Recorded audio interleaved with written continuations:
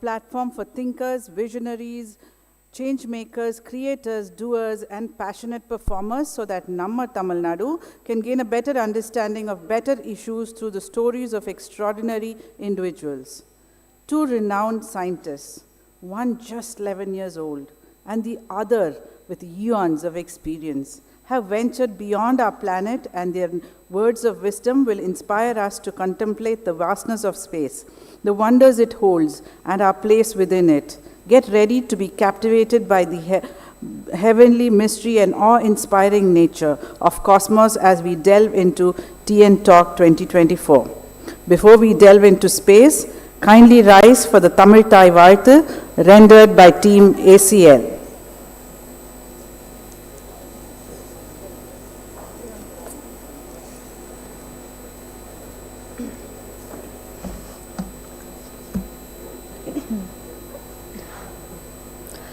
நீராறும் கடலொடுத்த நிலமடந்த கெழிலொழுகும் சீராறும் வதனமென திகழ்பரத கண்டமிதில் தெக்கனமும் மதிசிறந்த திராவிடனல் திருநாடும் தக்க சிறு பிறை நுதலும் தரித்தனரும் திலகமுமே அத்திலக வாசனை போல் அனைத்துலகும் இன்பமுற எத்திசையும் புகழ் மணக்க இருந்த பெரும் தமிழனங்கே தமிழனங்கே உன் சீரிலமை திறம் வியந்து செயல் மறந்து வாழ்த்துதுமே வாழ்த்துதுமே வாழ்த்துதுமே.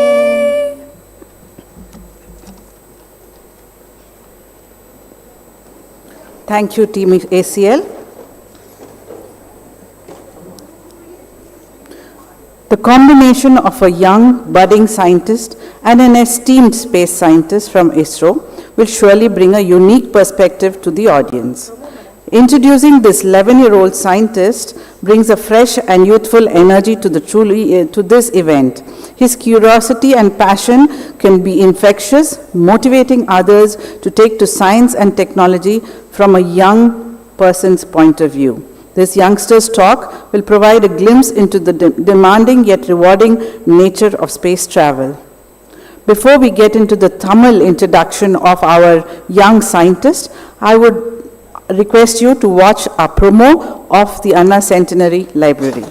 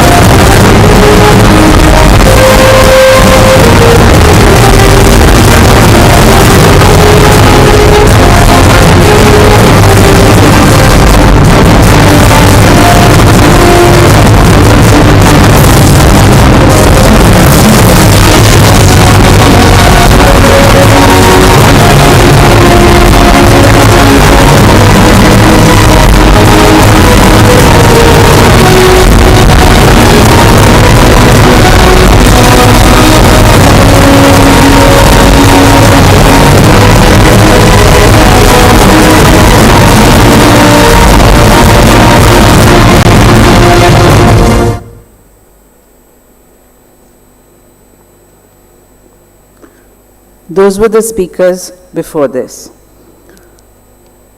We call upon a space enthusiast, tech speaker, podcaster, Microsoft Technology Associate in Java, JavaScript, Python, HTML, CSS, and database too. Ladies and gentlemen, our youngest TN Talk speaker till date, Master Venkat Patnaik, our chief librarian, will introduce him in Tamil. வணக்கம். இன்றைய TN talk நிகழ்ச்சியில் நம்மிடையே வந்திருக்கும் விருந்தினர் செல்வன் வெங்கட்ராமன் பட்நாயக் மற்றும் திருமிகு MS Srinivasan அவர்கள். செல்வன் வெங்கட்ராமன் பட்நாயக் சிறப்பு விருந்தினராக இங்கே நம்மிடம் வந்திருக்கிறார். கேம்பிரிட்ஜ் போர்டு பள்ளியில் 7ஆம் வகுப்பு படிக்கிறார். 11 வயது ஆகும் வெங்கட்ராமன் பட்நாயக் அவர்கள் ஜாவாஸ்கிரிப்ட், பைத்தான், HTML மற்றும் தரவுத்தளங்களில் மிகச்சிறந்த புலமை பெற்றுள்ளார். SDR சிக்னல் அதாவது ரிமோட் சென்சிங், ஏவுகணை வடிவமைப்பு, கியூப்சாட் போன்றவற்றில் தனது தனித்திறமையை வளர்த்து கொண்டுள்ளார். நாசா, ISRO போன்ற நிறுவனங்களில் நடத்தப்பெறும் போட்டிகளில் நிகழ்வுகளிலும் பங்கு கொண்டு தனது பங்களிப்பை வழங்கி வருகிறார். இவருடைய பணி சிறக்க, அறிவியல் பணியில் அவர் மேலும் மேலும் முன்னேற்றம் அடைய அண்ணா நூற்றாண்டு உலகம் அவரை வாழ்த்துகிறது.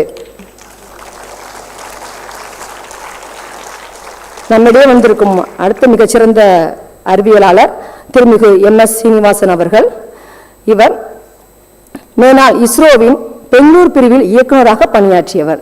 விண்வெளித்துறையில் 36 ஆண்டுகளுக்கு மேலாக தமது பங்களிப்பை வழங்கி வருகிறார். இந்திய விண்வெளித்துறையின் செயற்கைக்கோள்கள் உருவாக்கம், சோதனை ஏவுதல் முதலியவற்றில் தனது பங்களிப்பை வழங்கியவர்.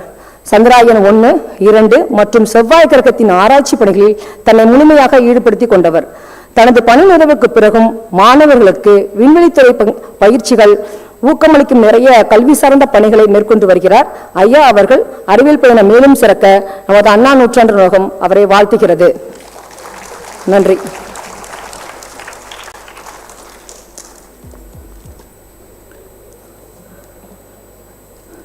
Venkat Patnaik from Odisha. Venkat, may I call you on stage? Can we give him a round of applause as he comes on stage?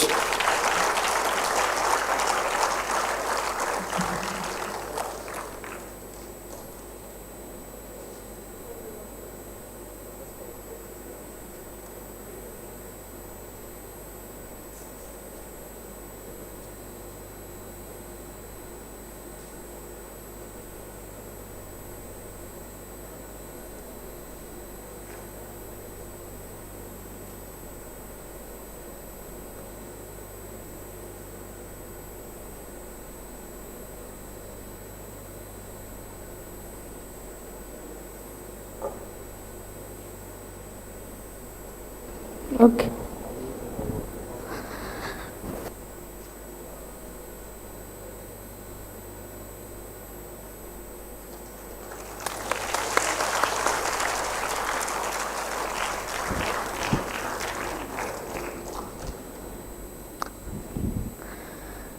Thank you everyone for coming here.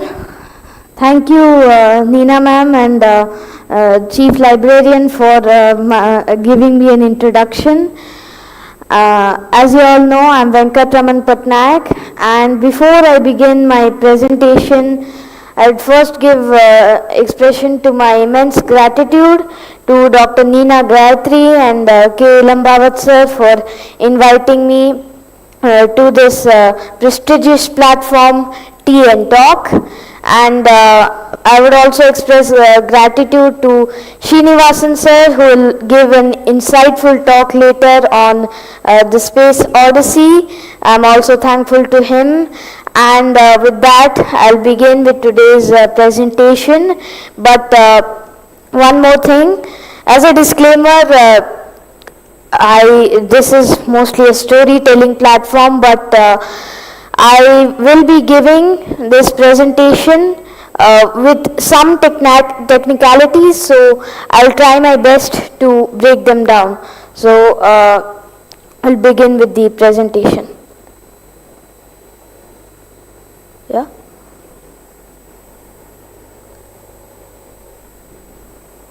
Okay.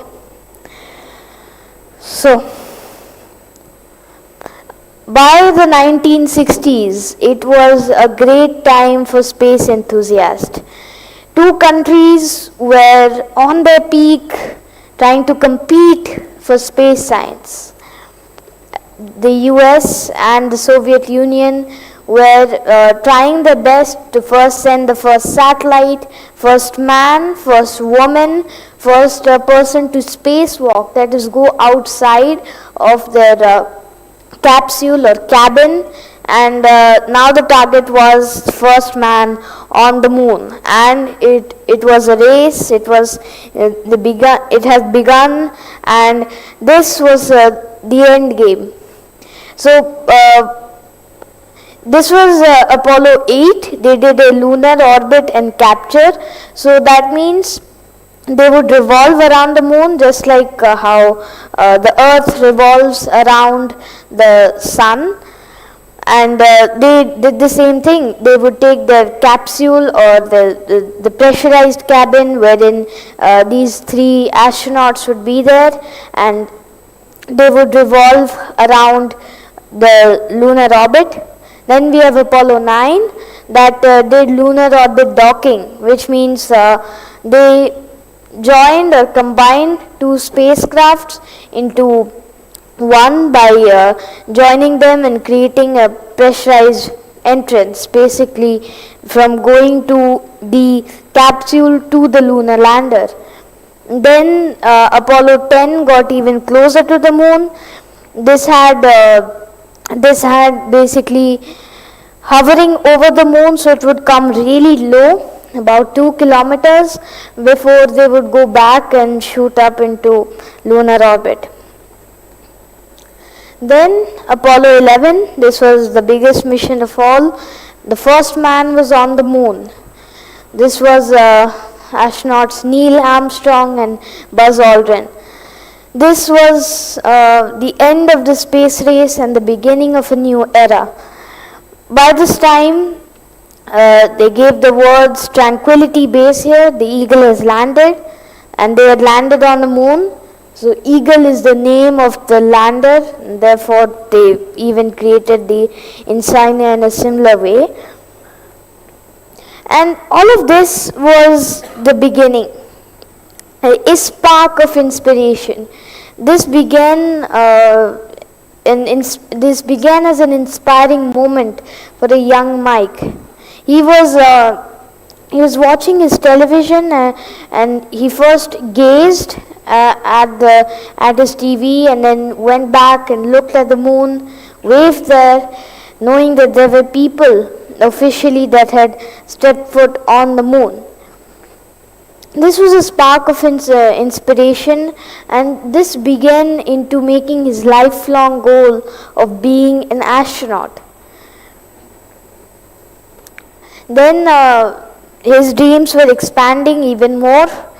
He then would basically pretend to be an astronaut in a spacesuit and looking around, pretending to explore an Earth-like planet with his dog. This was the beginning. His interests were expanding, and he was learning more and more things about space science. But then, by the 3rd grade, things were about to change. You see, it was basically becoming an astronaut, a dream that was seen so ridiculous or impossible, at least to him.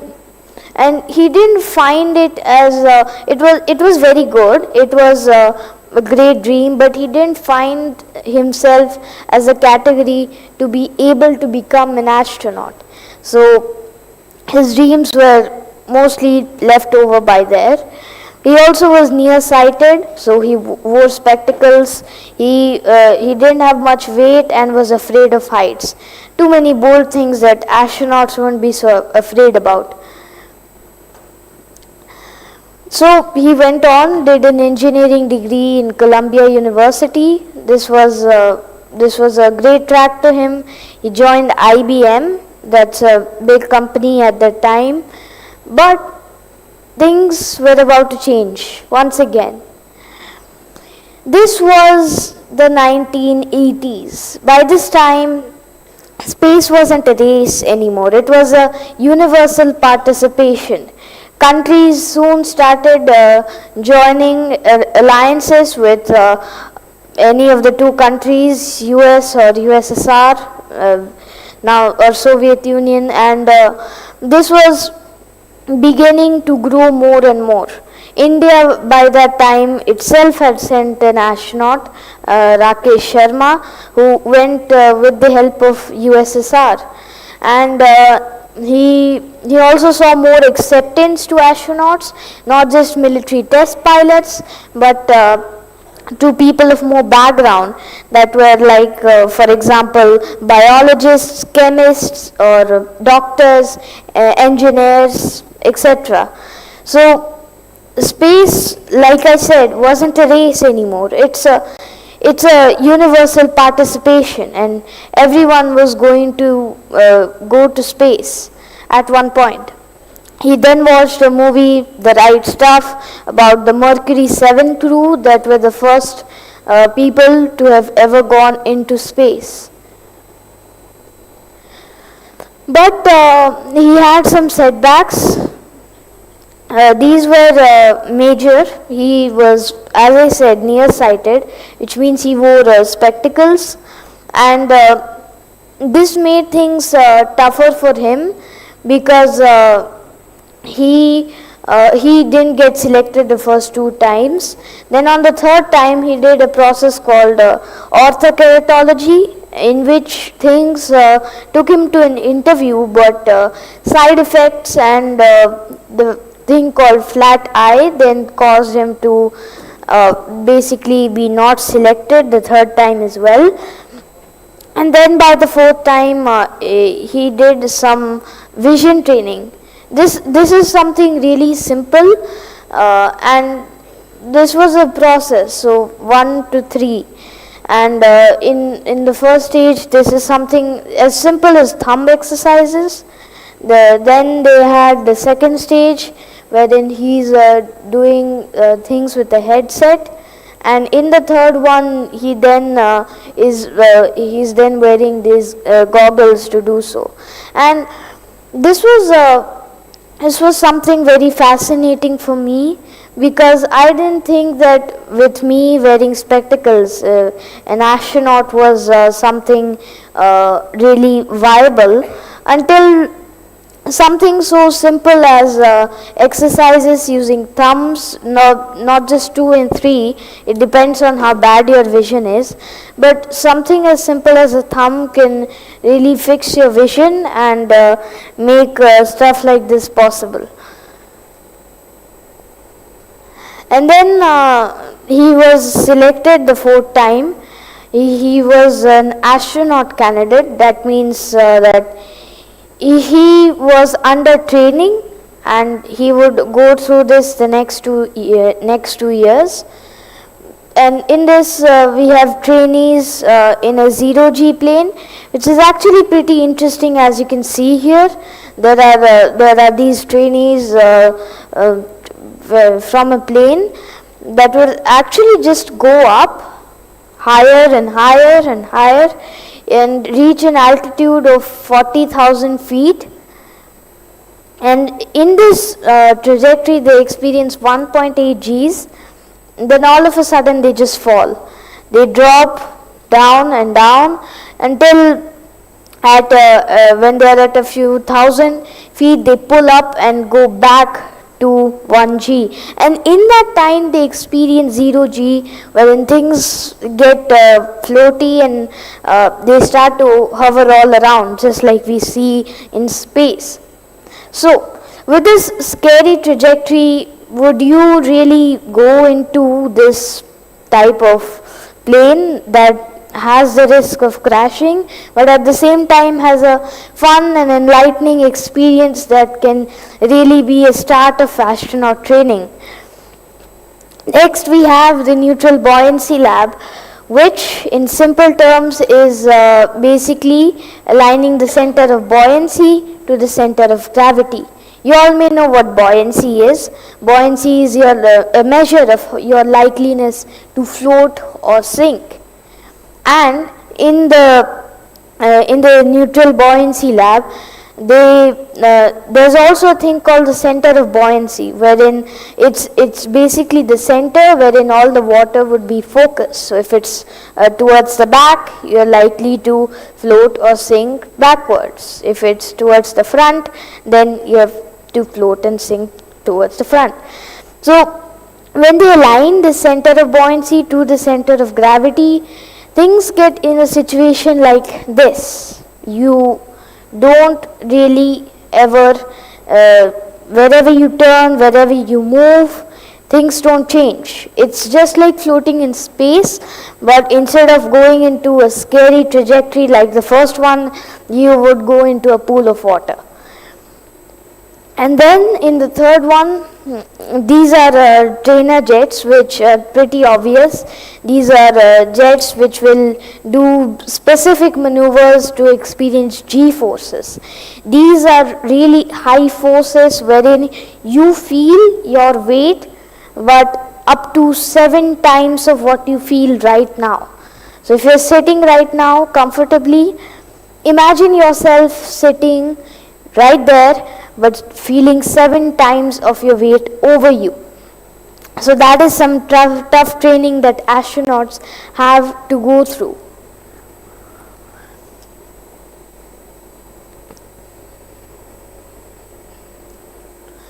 Sorry. So, here right now, back to the story. He wasn't a very good swimmer either. He was afraid of the water, and he didn't even find the meaning to swim at all. So he never swam until his training began. So this then started off as more of practice sessions. He did training sessions that really didn't help, until at this one point he described this as the greatest thing that had come to him. His instructor, and that was also instructor to other trainees, basically gave this exercise that they would divide every swimmer into 2 groups, strong and weak. Then one person from the strong group will help a person in the weak. This was basically an experience for him to be judged, to be found, and to be explained in a proper way on to improving his swimming technique. And he later on an interview would point out that this would be a great experience to him, and this was the greatest thing that had come to him, because he in any way didn't find an interest in swimming until finding a technique of teamwork. And this was something that was not just helpful here, but onto almost every other field or every other exercise that they had taken. And this goes on to show that teamwork and support can take things to long lengths. So now let's come to his space missions. By this time he was working on the Hubble Space Telescope. You can see right here, a really giant telescope, and in this he is servicing the telescope, pulling equipment out of it and putting it back in. And this was him servicing it in 2011, the last service that was ever given to the Hubble. And he called this as something very extraordinary, because this can image faraway galaxies and faraway places into a very interesting, into very proper image, something that we can't do in Earth because of our atmosphere and many other considerations that I won't go on into. This was a dream come true into him, and he then would also go on to explain this into more sensible format when he would go to the International Space Station on the next mission, which can you play this?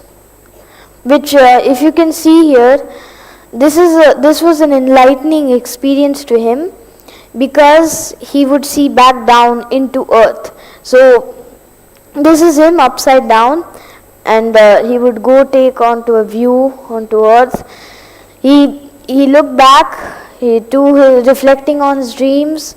He said that it was a lot of considerations, lots of things, teamwork and support that had helped him. But looking back on Earth, he said some really important things that I also believe you should keep in mind. He said that Earth is this beauty that can be finished at any time, by humans and not by humans, by an asteroid or by human tragedies themselves. But our only way to fix this is move somewhere else, onto a different planet, onto a different place. But Earth has given us so much. It has given us a home planet that we could use into growing into so much, from humanity into that were into hunting to now, wherein we are doing lot more advanced things. So Earth has been something that has housed us, protected us for so long, and done so great things, that it is something that we should keep ourselves a place into. And yeah, so in Expedition 33 and 34, this was a mission, and expedition in simple terms is a mission to the ISS for almost 6 months. Here the people in black t-shirts are leaving the ISS, the space station, and transferring commander to the ones in green. So Mike here is now going to be the commander of the International Space Station. They would do research for up to 150 days coming next, and every 12 days they would do robotic activities, that means work with robots in space, which are a lot better than humans because they have the precision, and you don't have to risk lives of a human to do such activities, which is why they do more robotic activities than they do human activities.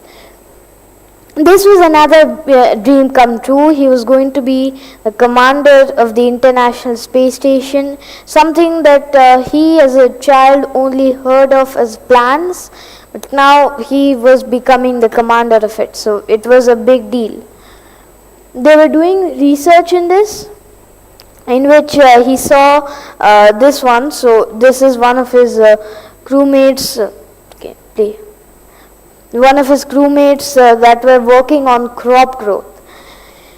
He on quote said, "This was mesmerizing to see. When we move into a different planet, this will be the basis of what we do, because Earth has given us a soil wherein we can grow plants and everything, but that cannot be the case on a different planet." And in this artistic rendering, you can see that they would use UV light, and then they would use this as artificial sunlight to grow this plant.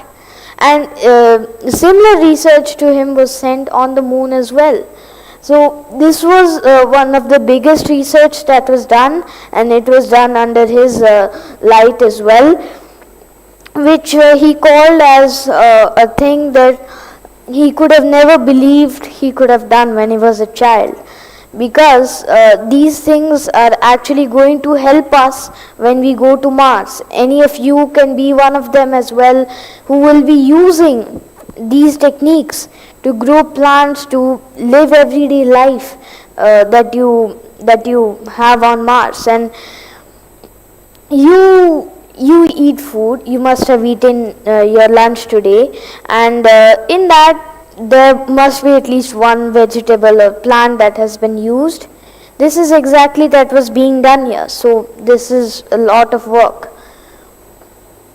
So then this then turned into life in orbit, which he would follow for almost 6 months.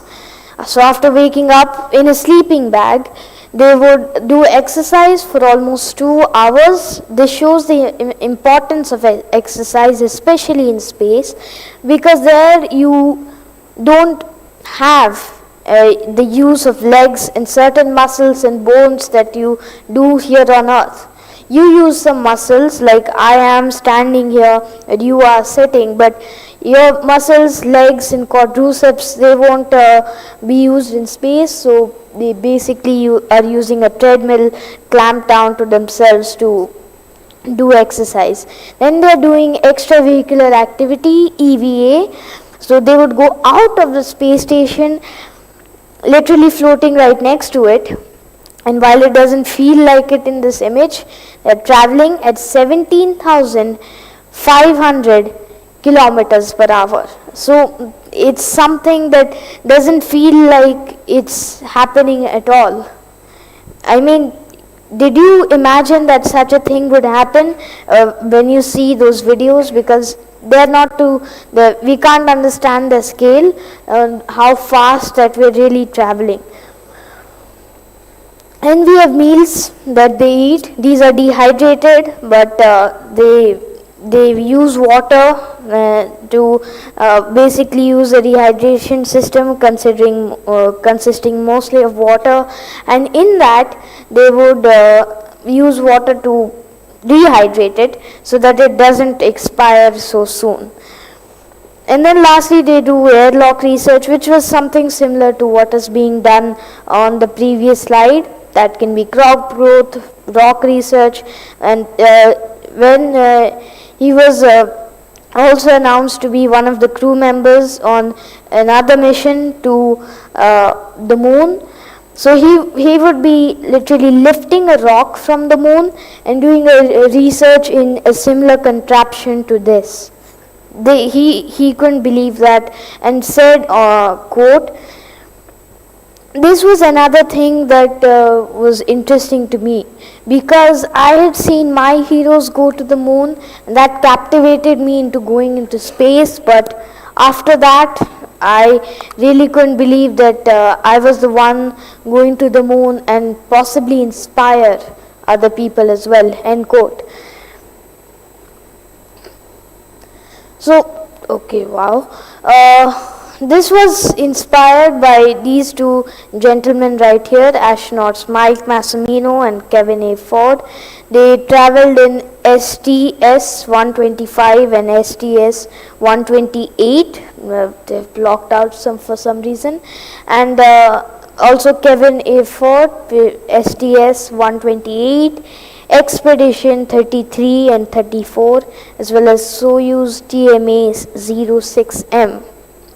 So these are basically rockets and missions that have went into space.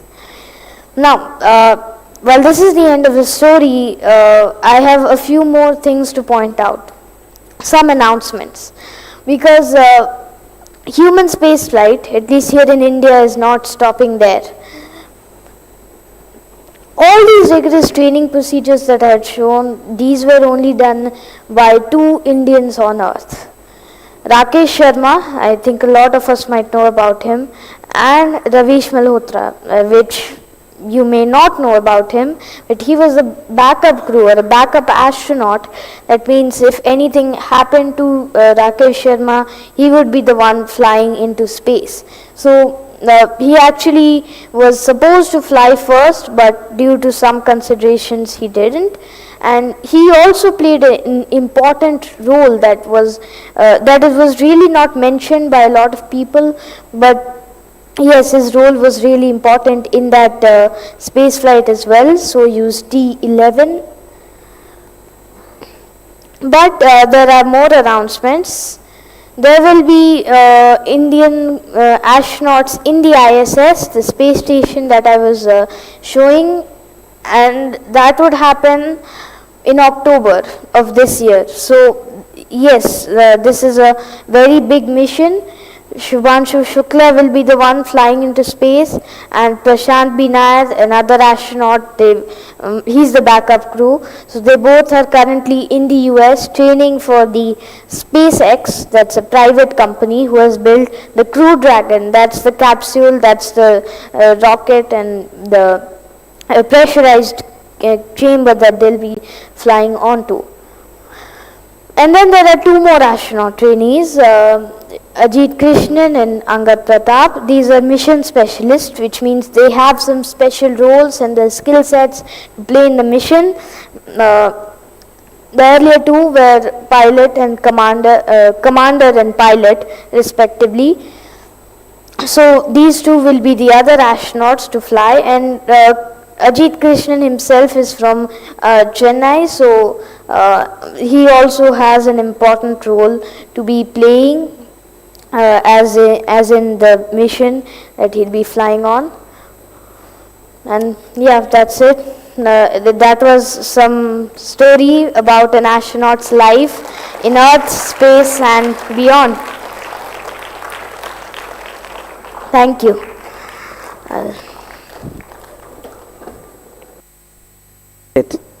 the curiosity and passion that can truly be infectious. We learn to appreciate the dedication and courage required to push the boundaries of human exploration. Proud of you, Venkat. And future of Indian space research and technology is definitely in good hands.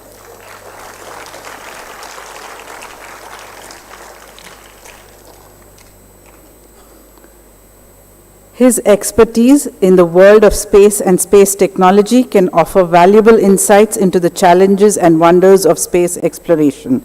His achievements and contributions to the field of space science is mind-boggling.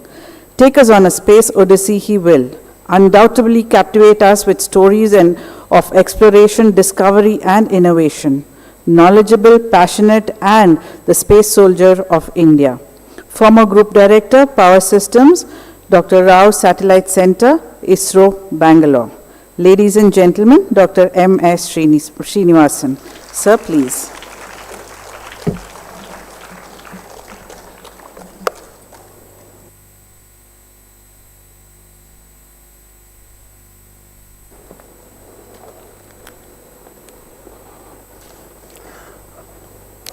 Vanakkam Chennai. So, I am very happy to be here and very interesting talk by Venkat now. I am thankful to School Education Department, Data Public Libraries and Anna Center Library, very impressive library you have, unique, no such library in India, anywhere in India. And you are all getting a good opportunity to access data, it's at your fingertips. Thankful to Dr. Neena Gayatri and Thiru Ilamayat, IAS Director of Public Libraries, librarian, supporting staff and all my dear students. So just now, Venkat gave a very impressive what is happening in space, particularly about the space station.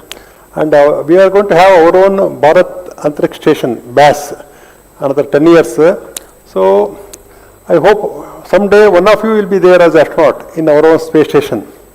So another 15 years, we are going to plan to put a moon also on, man or woman on Indian on moon. So one of you can dream to be like that. Venkat also has such dreams. You also can dream. So once you have a dream, you can plan to achieve it. So I will not waste time. I will just tell the space odyssey.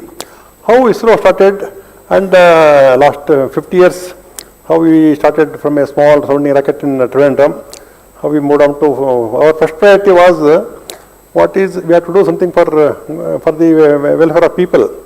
So that I will show.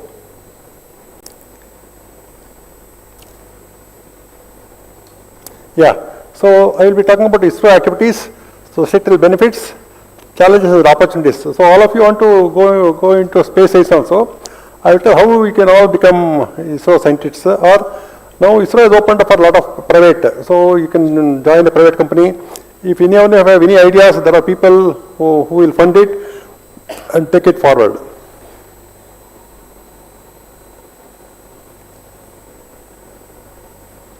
Yeah, so this is Dr. Vikram Sarabhai. He only dreamt about, he is called the founding father of ISRO.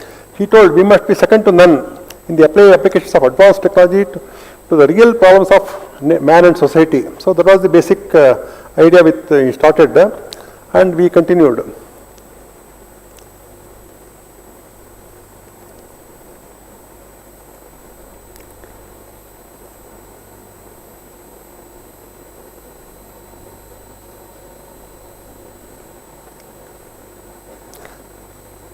Yeah, here what you can see here, our ISRO started in a small church in Trivandrum. There was a church being used, and you can see there, what you see below now, there's our own Kalam, Dr. Kalam, who is sitting, who is assembling a rocket there. And you can see a rocket, they were waiting for the taxi, didn't come, they didn't bother. That's the way ISRO works. So they took it on a cycle and took it to launch pad. And there is a sounding rocket. Every second Thursday of the month, they do it. If you want to see a rocket launch, you all can go to Trivandrum. You can see the real rocket launch happening in Trivandrum. Also, you can go to Srinivasan also. Srinivasan, we created a 50,000 people auditorium where rocket launch is happening. You can see there, you can really get the feeling of it. You can, Trivandrum is, Srinivasan is much better. You can all go and see This is the GSLV rocket. You can see the rocket happening. Whenever there is an opportunity, they will announce on our website. You all can register along with your school teacher, go and see the rocket. We will really happy to see it. So, Vikram Sarabhai, and that's where it started, St. Mary Magdalene Church, where they started the ISRO work started. There's a beautiful museum, it's connected to museum, is a beautiful automobile also is there, and all rocket models and everything is there. And there's where the magnetic equator also goes, so Tumba, that's why it's called a Tumba Equatorial Launch Pad. And ISRO started like this in 1975-76, there were no TVs. Now you will see, during COVID also you would have seen, all of you would have had classes online, no? Your teacher is to sit at home, you are sitting in your respective homes and you are seeing on your mobile or computer or tablet. So those days are not there. We didn't have TV also. TV came a big way only in 82 Asian Games time. So before that they used to set up a community TV. So American, it is called a site experiment. So they come to a village, set up a big TV, and all students will come and assemble there, and some programs will be held. So that's how the TV started in 76. And you can see here, there's a black and white TV, that big tube TV, and it will be kept in the center of the village one place, and the students will sit and see it.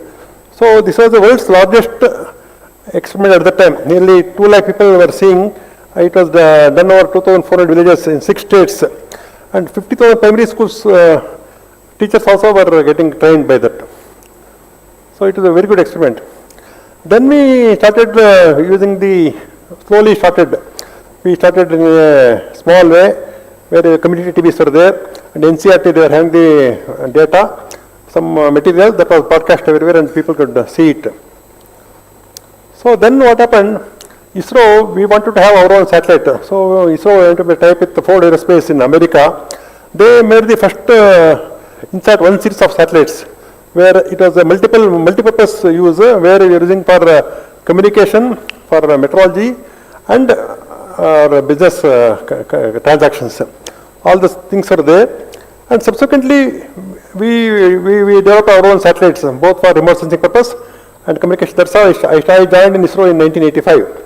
So at the time, our second generation satellites that we designed, we built, we fabricated, we assembled, we tested, and we are going to foreign places for launching.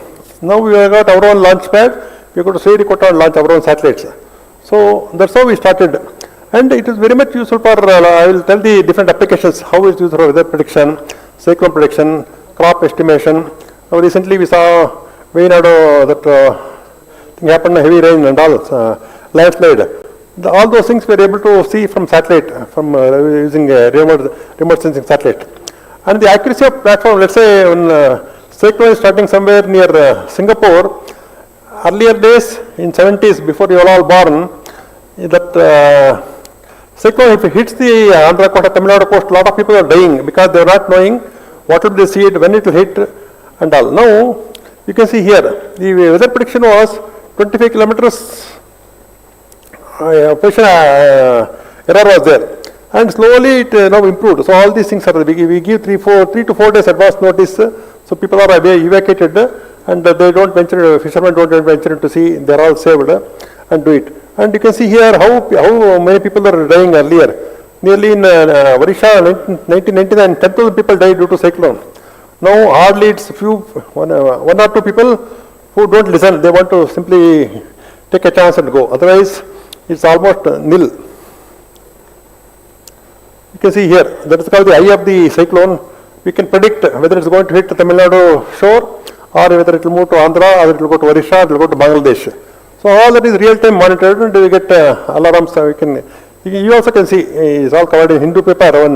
Daily, if you have seen one photo comes, weather map of India. All these things are there. So you can see here how it is improved over time. And this is with different years, how the different cyclone prediction can happen. You can see here, and what is the intensity, how you can track it, how much rainfall it will cause, and what is the formation. All these color zones are given. So that will tell whether it's intensive, the wind speed is the 150 kilometers or 75 kilometers or 50 kilometers, so people can take action on that.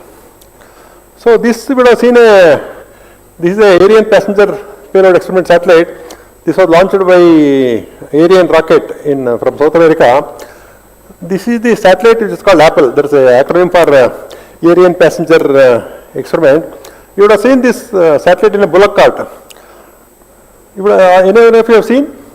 It doesn't mean India didn't have any vehicle. So to do this test, we had to take the satellite to Toulouse in France. That would have costed 2 crores. So we came up of our scientists. So what we wanted was a platform where there is no metal contact. So one bullock cart was chosen, and the test was conducted in Pina in Bangalore. And that person who is wearing a lungi, black lungi in the hall, he was paid only 150 rupees. So it was spending 2 crores. We just hired one bullock cart and did the experiment. That was the thing to check the transmission receiver capability. There are no interference. Let's say that we go all the way to France and find a problem. You have to again bring it back to India, Bangalore, correct the problem and take it back. It will cost a lot of money. Here we avoided everything and the test was successful. And just to telling that people think bullock cart time, no, that's not a thing. It is to do a test. So this is the thing. We wanted to test interference avoidance that was successfully tested and taken. So our communication satellites started like this. 75, as I told earlier, that site experiment was there. Then we had this imported satellites, INSAT 1 series, INSAT 1C, 1D, 1A, 1B, 1C, 1D, and that 2 satellites failed also. Then we had our own indigenous INSAT 2 series that we designed and built in ISRO Satellite Center where I worked. Then we increased to that DTH. See, now you have seen the Sun TV, you get everybody at home, no? Earlier days, you may not remember, there is a big antenna and people have to climb up to the house and turn towards radio. Sri Lankan transmitter very, very powerful. So old timers will remember, we have to turn the antenna towards Colombo and get the signal and do it. Now DTH is there 24/7. You are getting the earlier days there were only 2 chances, DD1, DD2. DD1, some all the time music will come, and if some VIP passes away 1 week, there is no program, only some music they will put, and some Chitramala, Chitramanjari, like that, songs they will play, like that. Now all that is happening because of DTH, that is direct to home. From a satellite we broadcast one place and the programs have to be carried to Singapore. Let's say you want to listen to today's news, somebody will take a tape recorder, take it to Singapore. Singapore they will uplink and through satellite, foreign satellites we are getting the program. Now it's now all live. Cricket match is happening in Chidambaram Stadium in Tamil Nadu, or Olympics happening in France. You are able to see live now. Yesterday javelin throw you would have seen live happening. All happening because OB vans are there, they are directly uplinked to satellite, from satellites uplinked throughout the world you can see. And along with that we have done that 2G, 3G, 4G, 5G. On your mobile itself you can see all those things. So all that is happening through satellites. So now next we have the big unfurlable antenna and radar imaging satellites. Normally earlier satellites they could see only in visual band. Only when same sunlight is there you could see, and if there is any cloud cover we are unable to take a capture of the area. Now we are having a radar imaging satellite where it is 24/7, whether it's night, day or cloudy day or rainy day, any day, we can take photograph of that. So that one now, in fact NASA is collaborating with ISRO to make one satellite, it's called NISAR, NASA ISRO radar imaging satellite that will be launched end of the year. So with jointly we are preparing a big satellite, it's for the use of all over the world it will be used. And earlier satellites were working for 5 years, 8 years like that. Now whatever satellites we design now, they work for 15 years, 20 years like that. They have long life. So you can see what they throughput directly, you can see 5 GB. Earlier days, see let's say I will tell the other transactions also. See another big thing is the telemedicine. Let's say everybody, doctor cannot be available everywhere. No, you want to consult a doctor, you just go to one center where they will take your lab results, uplink the data, wherever the doctor is sitting. He may be sitting in Odisha, he may be sitting in Delhi, Calcutta or Madras or Bombay, anywhere. You will simply access the data, specialists will look at the data. All telemedicine is happening. So even villages, they need not have to come to Chennai to get treatment. They will be sitting there, they will go to a local public healthcare center. From there the data will be uplinked and doctors will be remotely seeing and doing it. So all these things are there. You can see here teleeducation also. So that already you have experienced in how COVID time we managed. 2 years we could not, there was lockdown, we could not go to school. There was no vaccine first year. So all that was possible because of the satellite technology, where teachers were sitting at home, they were preparing material, they were broadcasting it, they were sending, you were sitting at home, and they were evaluating it also. So all of you, 1 or 2 years, you would have done that. All that was possible through satellite education only.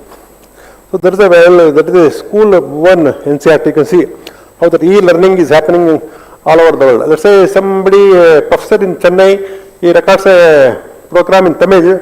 You want to broadcast to Orissa in Oriya, or West Bengal, you want Bengali, or Karnataka Kannada, or Andhra Tamil Telugu. All that is possible through satellite technology. Just record once, and real time the language is given in local language. They get to hear that. And these are the direct satellites. So all of you are using GPS now. You want to go somewhere. You put Google Maps and say you want to go to T Nagar. It will tell you how much time it will take, where the traffic is happening. All that is happening through navigation satellite. In our when our Kargil war happened, Americans denied the technology to us. Then we ISRO decided we will have our own technology. So we have set up a constellation of 7 satellites where we are going to get our own things. So where your vehicle is going, your FASTag. See, earlier if you are going to from here to Chennai, if you are using a highway going to Hyderabad, you have to pay toll. Now all that not there now. FASTag is there now. That is satellite itself will looking at your vehicle, seeing how much distance you have travelled, and accordingly charge you. That's all happening there. So you can see aviation, railways, roadways, maritime, navigation, survey, all these things, all of these are used for vehicle tracking, fleet management. Let's say you order a parcel from Amazon or Flipkart, that you have seen a barcode, you can easily track where your parcel is. Let's say you order on small model, you can track where it is coming, where it is there, and when it is likely to be delivered. Everything is happening through satellites. So these are the different things. And for city planning also, we have to have the ring road, we have to have the bypass, and power grid synchronization, forest mining, everything. All so many applications are there. So we are having our own navigation satellites. So this is the same thing, navigation network. We are having so many satellites. So now we are putting new bands also. So your own mobile, you will get our own data. We need to depend on American satellite GPS data, our own data, you will get it. So this is how it works. So for our Indian region, it covers everything. So all ships, trucks, buses, where it's currently there, everything is happening. Second biggest thing using this is fishermen. See, here you are seeing now. See, let's say earlier days, a fisherman used to go out in the morning at 6 o'clock. He will not know whether he will get fish or not, and people will not know whether he will come back safely or not, because uncertainty, the cyclone is there and strong winds are there, there will be tides. Now, using satellite technology, we monitor the surface temperature. We tell the fisherman, you go to Chennai, from here you go east 20 kilometers, west, southeast 10 kilometers, at 2 o'clock in the afternoon, you will get fish. So all the boats, they have the GPS enabled boats, they simply target that and go there. 2 o'clock, they go there, get the fish, and 4 o'clock, they are back at home. Earlier it is not happening. They used to go in the morning at 6 o'clock without knowing where to fish, and they are not knowing whether they will get the fish yield or not. So now all that is happening through these things. By looking at the data, they will get the data where to go, and they all have handsets. They get the data, which day to go, when to go or not to go, those things. So here it will tell you which is the potential fishing zone, where to go, those things. Second thing I will tell, another thing is, see, Srinivasan, one launch pad is there. Second launch pad is being set up in Thuthukudi, in Tamil Nadu. So what is the advantage of that is, see, most of the launch pads are on the east coast. The idea behind that is, in case the rocket fails, it will fall into the sea, because the earth is rotating like this anti-clockwise. So Now, if you want to launch a satellite in the polar orbit, from Srinivasan is here, we have to avoid the Sri Lanka and go. So we are spending a lot of fuel. So now what we have done, we have set up the second launch pad in Thoothukudi here, where there is no need to avoid Sri Lanka. Directly we can go. So our SSLV rocket, which will be launched in another 2 days, that will be launched in future from this Thoothukudi rockets. Our second launch pad, it will not be from Srinivasan. So we will save a lot of fuel, and that is being commercialized now.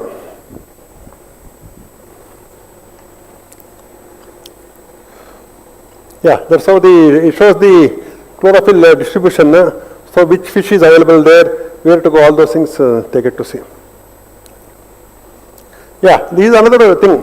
So how many of you have drawn money in, your parents would have drawn in bank? Let's say you want to draw cash, you have to go to the bank with a passbook. You have to, there is a withdrawal form, you have to fill up the withdrawal form, take a token, wait for 1 hour or 2 hours, then only you get money. Only working days. Let's say bank works 10 to 4, 5 days, those days only you get money. No, not like that. 24/7, you will get ATMs. All are available happening through satellite only. So once you put your ATM card, it will detect and you put the password, it will go into the central server and check whether you are the owner, you are having money for that, and immediately once you authorize that, you get the money.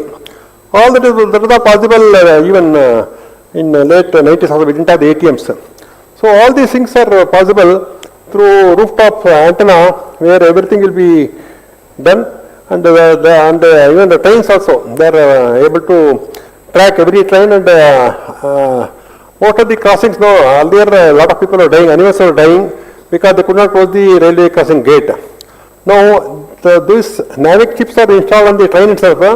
As soon as the train is proximity to the unmanned gate, it will alert and automatically it will raise an alarm and the gate will close automatically. So most of the actions are not happening. Whatever is happening due to some human error, somebody is overriding something or some not maintained properly. Otherwise, now the actions are very, very less, and even the timings also. Now, earlier days, let's say you want to go from here to Calcutta, some train, it used to run even 1 day late also earlier days. Now it's not like that. If it says 2:12, it comes to Chennai, and it comes on time. It's all continuously monitored and available.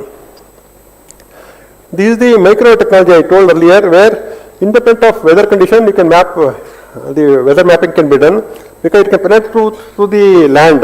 Let's say that Wayanad landslide happened now. Now ISRO people have checked the data and found out it traveled 8 kilometers, that landslide happened, and there was a fault in the earth line, and how the mountain itself caved in and it moved. So all those things is possible by looking at the data using the micro technology. So this satellite, this we developed in 1991. This one we wanted to have another satellite, so we wanted to check availability from a foreign source. They told it will cost 4 crores and it will take 2 years. So ISRO, we developed the full satellite, 3 satellites in 1 year for 1 crore. We did it, ISRO did it. So we have a constellation of RSat 2A, 2B, 2C, the RSat 2 series satellites. 3 satellites we developed in 1 year and deployed. It is very much used throughout, around the clock it is being used. So you can see we don't get data from foreign sources. They charge exorbitantly, and we don't know how it works. Whereas here we design, we fabricate, we test, we maintain them. So all this is happening. So another thing is the disaster management. As I told this Wayanad example, so whenever floods are happening, cyclone is happening, fog is there, drought is there, landslide is happening. So we have to give compensation also to farmers. So we should assess. Yesterday, that one person had grown so much paddy. Today the floods happened or landslide happened and they are lost. How much acreage, how much acres paddy he had grown, how much compensation to be given, everything is possible to, because accurately we know yesterday how much he had grown, today how much he suffered, and how much he has to be compensation to be given. And we tell them what to grow also. Particular soil type we check and tell is not good for growing. Now Punjab they are changing. Punjab, let's say they are growing only wheat, we tell them don't grow wheat, you grow some other crop, that will help better. So all these are happening through this satellite network only. And even if a fire detection happens also, if even Chennai also, they are using the drones for plants, for chemicals spraying, no? They are using drones, because humanly it's not possible to do. And here wherever it's required, the drones will go and drones will spray. And even the fire, if a fire happens also, we are using the drones to put out the fire. And this is for agriculture. What is the, now itself we can tell whether this year, in fact this year it's Ativrishti, means lot of rain, and monsoon is more above normal, in some states below normal. All those things we are able to tell. And what is the estimate? Earlier in 70s and all, when there was a food scarcity in India. Now India is a food surplus country, milk surplus country. We are exporting everything. All that is happening through properly using the data and managing what to grow. If there is a drought condition, don't grow something. And second thing is, earlier they were drilling these borewells without knowing how much yield they will get. Now we tell them, you don't drill here, you go here and drill, you will get water. That's all happening through satellite imagery only. So they are able to grow better crops and more output is there. So all that is happening, how much crop estimation is happening, and kharif rice. So poor, you can see how they can go for that which season to grow rice. Yeah, this is the crop management. You can see here, year to year how it is changing with the time. Second thing for the COVID, it was very much useful to see that, let's say there is a hotspot at one particular place, more people are having COVID. We could make out that that person we have to isolate and carry. And did any of you suffer for a vegetable or milk? It was available, no. Even the COVID was there, the continuity was there, main things are not affected. Even the hotels may be closed, but people are getting vegetables, they are getting milk, they are getting medicines. Everything was possible because we could all track from a satellite.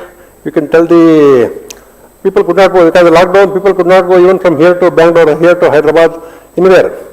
So with remotely we could check everything, where to do home isolation, how to give the food to needy, how to track thing, how vehicle supply should happen, and how the pollution stopped, because vehicles are not moving, the pollution level are come down tremendously during the COVID years, COVID months.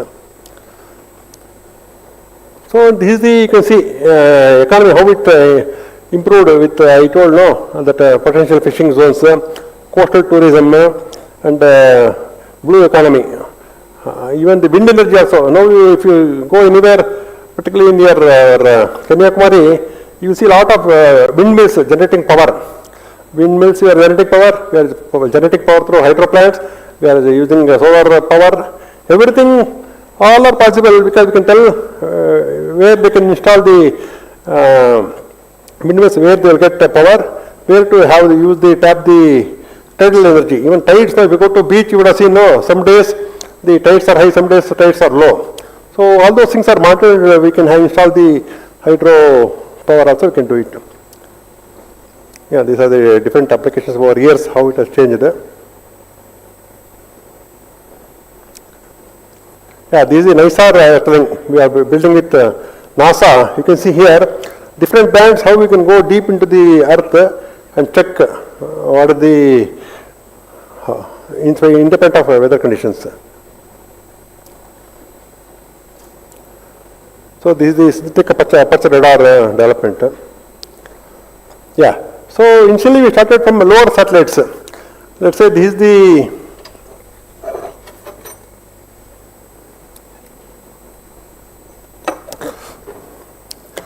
if this is the globe, see, you can see here now the earth moves like this now. How much time it takes to go around one round? 24 hours. So what I do, let's say this is a satellite, I put it in a low Earth orbit around 400 kilometers. What is happening is, this is a satellite, this is the North Pole, South Pole, the satellite is going right like this. So now what is happening, you can see here, the Earth is rotating, right? See now let's say first pass, it takes 100 minutes, I take this area. When I come next time, Earth has moved. So like this. So you can see here, I am able to cover full Earth by putting the satellite in this orbit.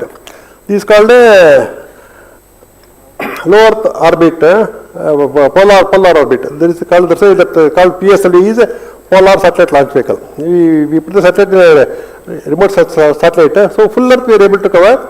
In 100 minutes we can cover one round. So you can see once the Earth moves, every orbit we are covering a different area. So these for the low Earth orbit, these for remote sensing purpose. Now you want a communication satellite. So let's say this Earth takes 24 hours. Now, if you put an object at 36,000 kilometers, this is called a geostationary orbit. That also takes 24 hours to go around one round around Earth. So if you put 3 satellites at 120 degrees apart, let's say these Earth, I put one satellite here, one satellite here, one satellite here, 120 degrees apart. All 3 satellites will be covering full Earth, 120 into 3, 360 degrees. Each satellite covers 120 degrees. So that's called a geostationary orbit. So we moved from a low Earth orbit to geostationary orbit, all our inside satellites. Then we went to Moon, that's about 3.85 lakh kilometers. Then we went to Mars, 225 million kilometers away. So that is the science experiments. That's how ISRO initially started with satellites which are built by Russians or Americans. Then we developed our satellites, launched by them. Now we are developing our satellites using our rockets and launching them, going to Mars, and even Aditya also will cover later. If you have questions, you can ask me later. Yeah, so these are the, I was telling about the different applications, how the Earth is, the equator is there, inclined orbit, equator orbit, and polar orbit. How we want to go to Moon means how to go there, and yeah, just click play.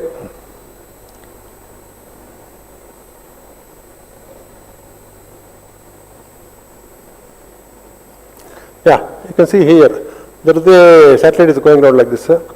So what we do, we want to go to geostationary orbit, we put in a launch from Srinivasan, it puts in a geostationary orbit. Let's say now we want to go to Mars. See, at the time of launch, Mars was sitting there, and we have to accurately calculate whether it goes 8 months it takes to go to Mars, and it's closest to Earth, we have to launch the satellite. So there is a particular muhurta. We can't launch anytime, we don't get opportunity, we get opportunity once in 3 years or 4 years only. So once we launch there, we go around Earth, and Mars would have been there. Mars will slowly move here, and once it comes here, we have to get into Mars orbit and get into Mars orbit. We have to capture that. A very tedious thing, and even American Russians and all, they succeed only 11th or 10th or 11th time. Whereas India, we have gone to Moon 3 times, every time we succeeded. Mars first time, you have seen, it's called Mars orbit mission. That also we did first time. We were successful in doing that. So these are some of the scientific satellites we have built. There is a sounding rocket, then Aryabhata, SRAS, Astronaut, and these are the now new things which are happening now. Chandrayaan on Mars, Chandrayaan 2, Chandrayaan 3 over now, Aditya, Expo satellite. These are all science satellites. So these, even for the astronomy also, we built specific satellites for like Astronaut and all. We are able to estimate. So this is the image of Mars taken by ISRO. Our own mom image, we have done a full atlas of Mars. We have seen, we have made a lot of study. And ISRO was the first country to detect presence of water on Moon. You know, 2008. And all the 3 PDs are from Chennai, Tamil Nadu only. First PD, you have heard of Dr. Annadure. He was the director of ISRO Satellite Center. He was the project for Chandrayaan 2. Chandrayaan 1, Chandrayaan 2, when Anita was there, and Veera Muthuvel, he was the project director for Chandrayaan 3. And none of them are from big IITs, all are from government schools. Even I studied in a government school. You should have a passion for it. So they all worked hard, and we could achieve all these things. And what is the prize, one American movie, the cost of going to Mars was less than cost of movie made by Americans. It was much less than that. So this is the Mangalyaan mission. You can see here. See, the challenge is, see, when satellite launch happens, Mars Earth at point number 1, and you have to slowly go around Earth, get into escape velocity, go out of the gravitational pull of Earth, and get into that orbit.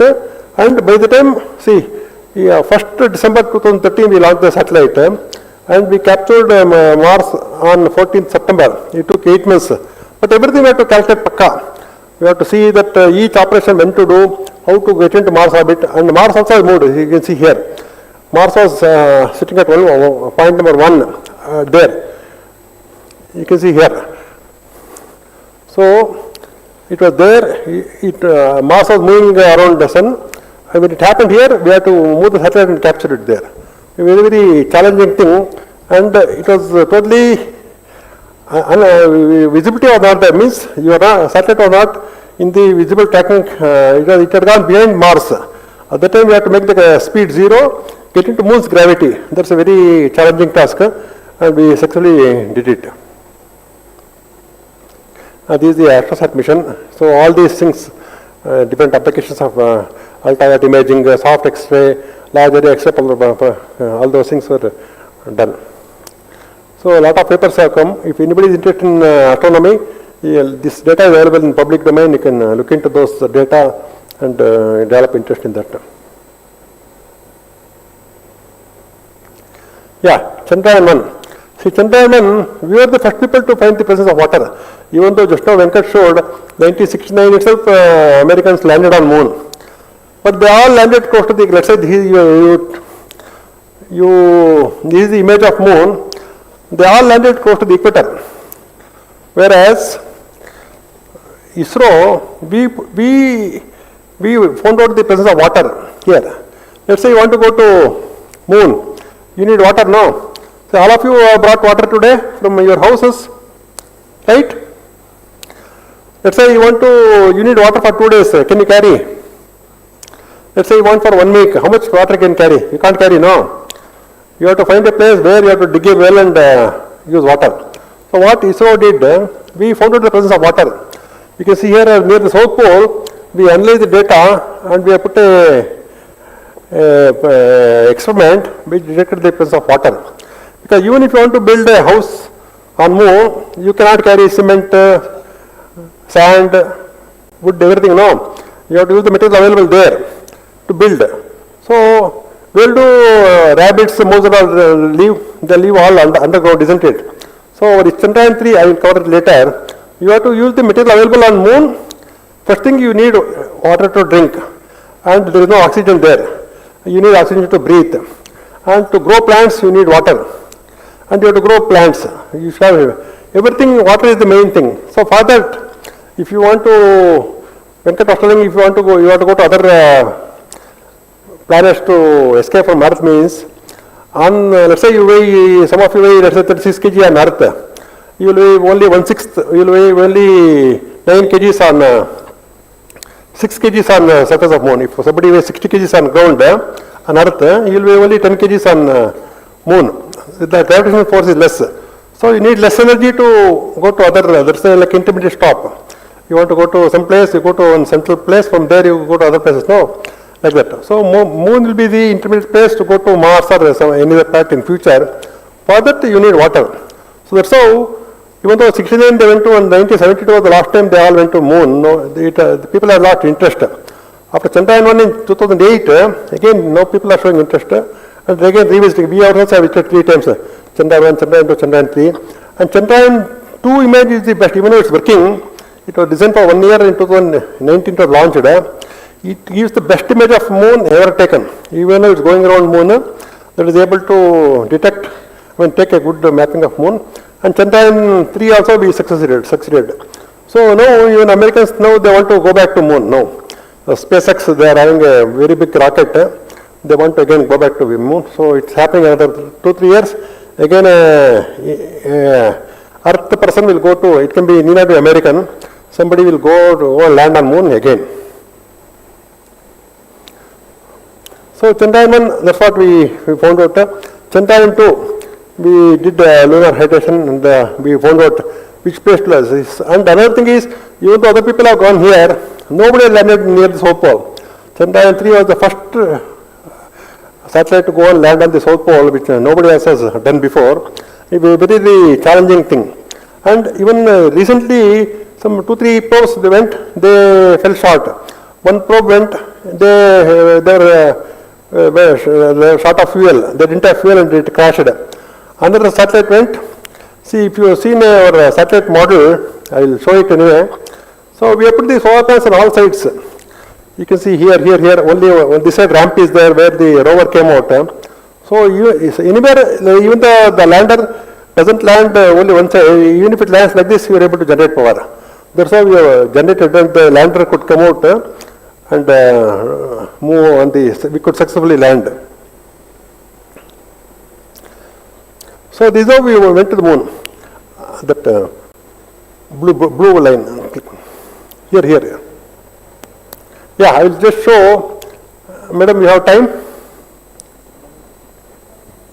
Huh? 5 minutes. I will quickly show Chandrayaan. It will be interesting to show. Click. Yeah, you can see what are the challenges in Chandrayaan 3, what problem we have in Chandrayaan 2, how we overcame Chandrayaan 3 and we could successfully land. So, it shows all these things. That is the image you can see that's taken by our Chandrayaan 2 image. It's a very good image of moon. And what are the challenges, how we went and successfully landed on moon. So you can see here, as I was telling earlier, all other people, they all landed close to the equator and then nobody could succeed. And you can see here, this what are already Venkat has covered, you can see all these are failures. You can see Luna 9, before that they had Luna 1, 2, 3, 4, 5, 6, 7, 8. They could not go near moon. Only Luna 8, 9 was the first time they could go to near moon. And these are the different satellites. I will not spend much time on that. Yeah, you can see comparison between Earth and moon. It is what is the 1/6, how much time it takes, and what is the distance from Earth to moon. Yeah, see now, you to go to moon, we have to build a very powerful rocket. Chandrayaan 1, we used a PSLV rocket. So slowly what we did, we launched from Srinivasan, slowly raised the apogee. It is 3.86 lakh kilometers now. We cannot, we don't have resources to build we can build a rocket, but it costs a lot of money. So slowly we raise the orbit by firing the engine. This is called the perigee, that's called the apogee. Point close to Earth is called the perigee, point farthest from Earth is called the apogee point. It's an elliptical orbit. Slowly we raise the orbit. Once it comes here, we have to fire at 10.84 meters per second. That is the escape velocity. If you do it, it will escape from the Earth's gravitational force. It will go here, and it takes another 1 day to go here. And the challenge is, when it comes here, you have to make the speed 0 and get into moon's orbit. And this, every time we have succeeded. So here also it puts it in an elliptical orbit. Slowly we have to fire the reverse engine and reduce the height, make it a circular orbit around moon, and then the lander and the propulsion module, which did a piggyback. So we have to. So actually it was carried by, this is the model of GSLV, where the satellite was taken by, same model will be taken for Gaganyaan also. Actually satellite will be sitting here. This is called the top of the satellite, where the heat shields are there, you would have seen. So these two things were, this is the propulsion module and this is the lander module. It did a piggyback like this. These two are sent together. Once it goes near moon, these two will separate. This will be orbiting around moon. They assume this is the moon. This will come and land on moon. This is called the lander. And after landing, I will show how the ramp opened. Yeah, that is the launch from GSLV. I showed that there is a rocket. And how we went there. I don't have time. You can see here how the thing is going around Earth, then gets into moon's orbit. See, it went near there.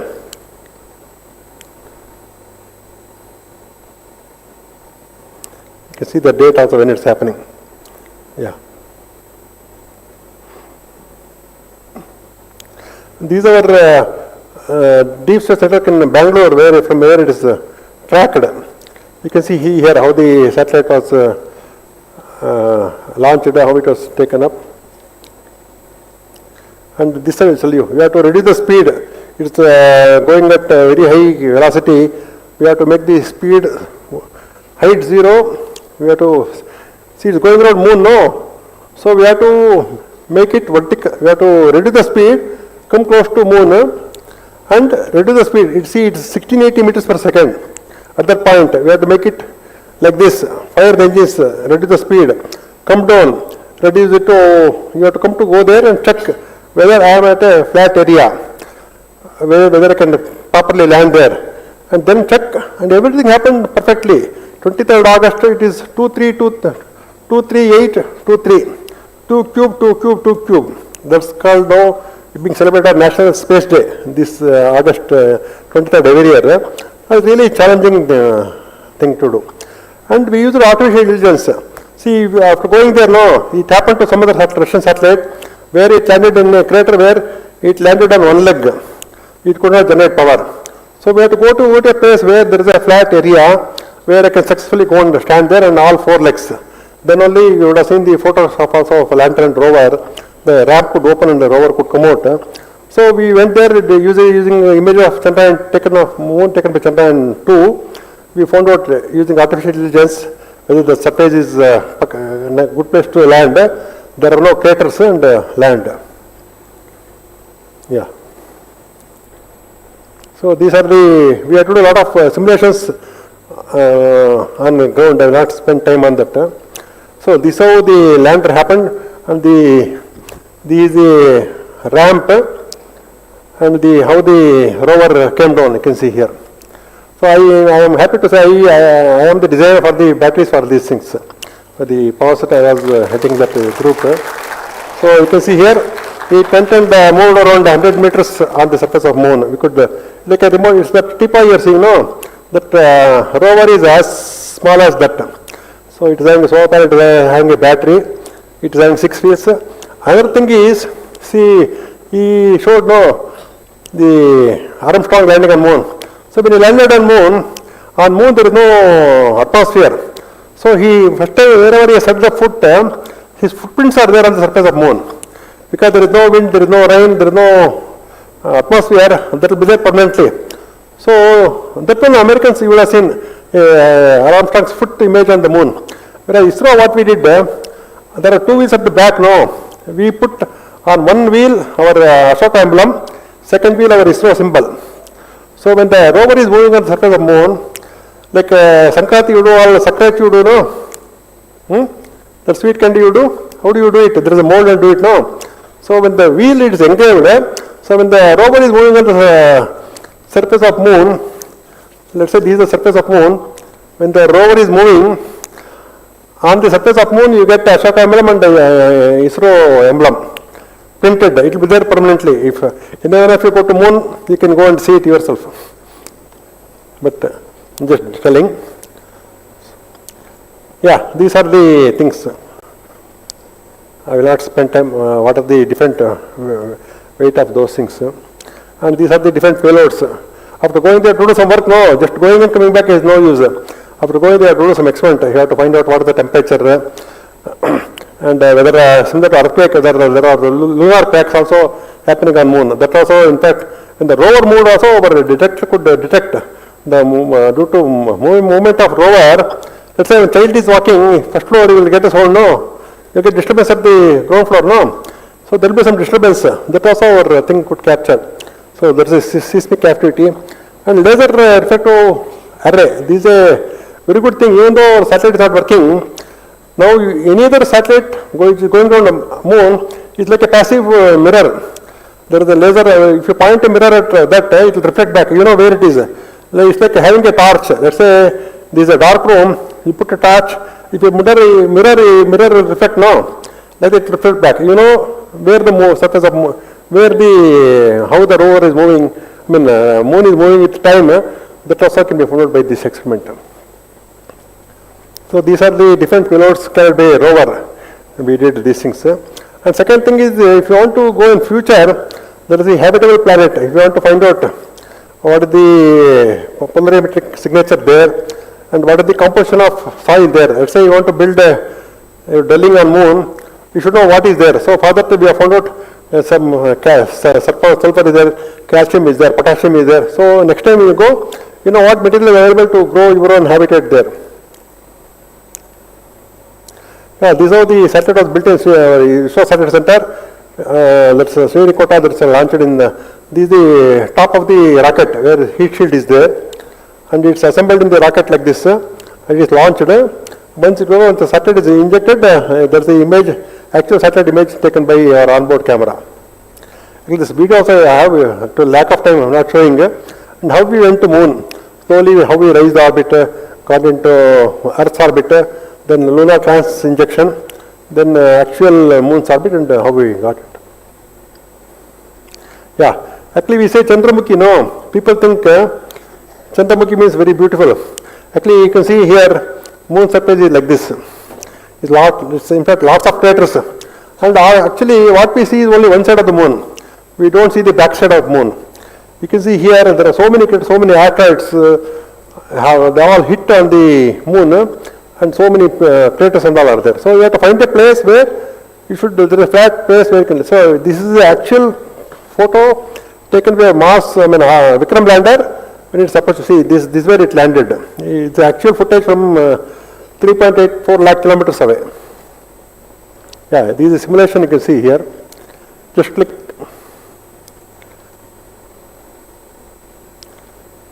Yeah. See how it landed, how that ramp opened up. Then that rover came out.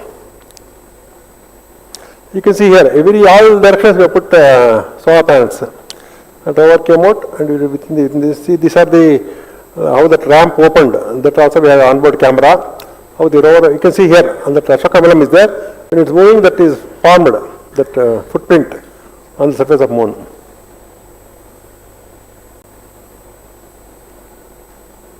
And this is a photo of lander taken by rover. Rover, it moved some 50 meters away. From there, it took a photograph. And this is actual photograph of Vikram taken by rover from about 50 meters away. Yeah, that's where the rover moved. And second thing, see now Chandrayaan 4 we're planning a sample return, means we go to moon, land there, bring some sample back to Earth.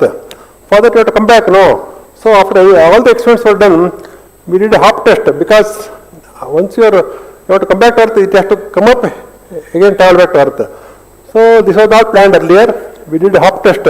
It moved rose up some few meters, moved horizontally, again landed another place. So that also we tested.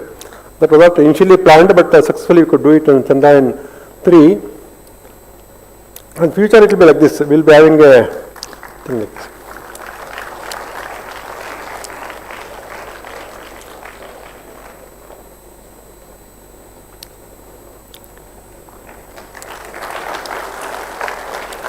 Now, this is the Chandrayaan 3. When you have 2 minutes, I will tell about opportunities for students in future.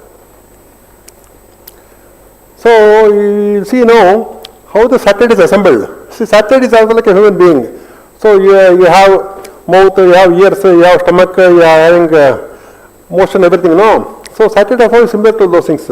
You should have power, you should have antenna to listen, you should have a transmitter to speak, you should have fuel to work, power.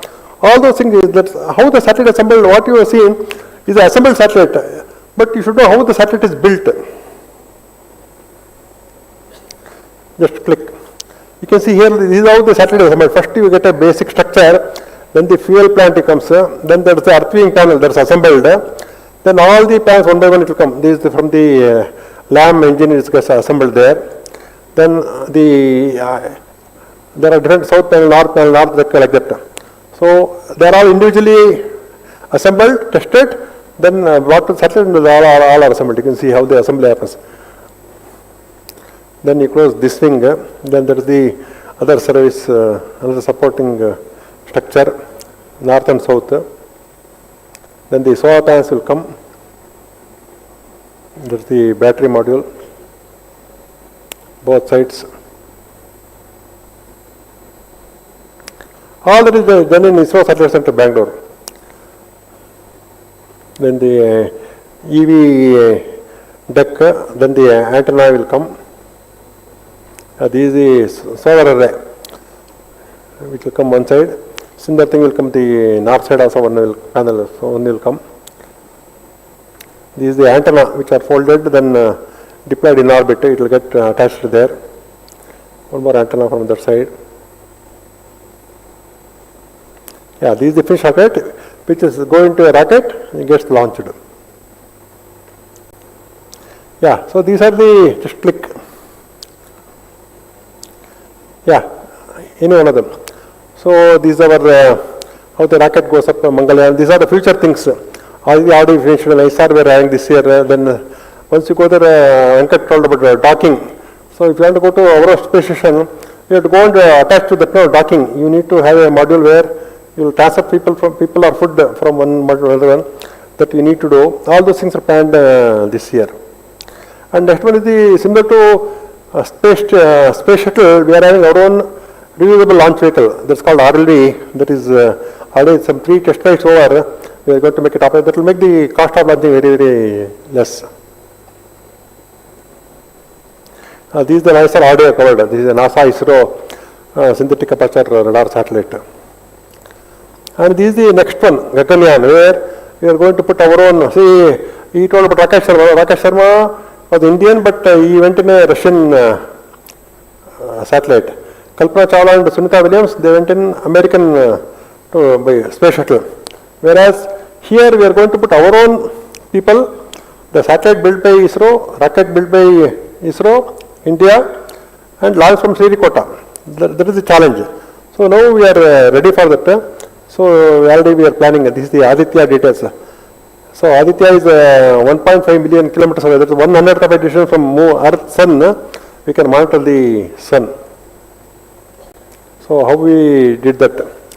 It's 1/100th distance where it's called L1 point, where continuously you can monitor at Sun. It's a very challenging task and we could successfully do it. That way the satellite is moving and it will continuously monitor Sun.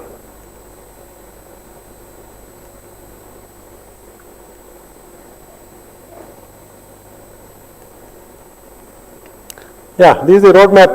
How we started from a small rocket and different satellites, different satellites, different size of rockets and satellites, how we have come up now.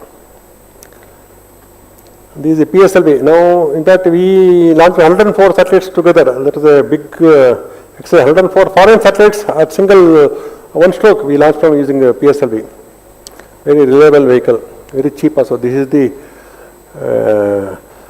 evolution of rocket, different models we are having now. There is a human-rated rocket where we are going to put a man in space. Yeah, these are the things required for the GSLV Mark III, and that's the what I showed the model. To come back to our Gaganyaan, now we have to bring them back also. That also we have already done a lot of experiments using a parachute, how to come back successfully. So I will not spend too much time. And a lot of industries are involved in these things. Academic institutions, advanced technology, private people, human capital, all these things are industry required, academia. So these are the parallel developments happening at different places. And these are the different websites available for people to, anybody can use it. Yeah, this is the role of industries.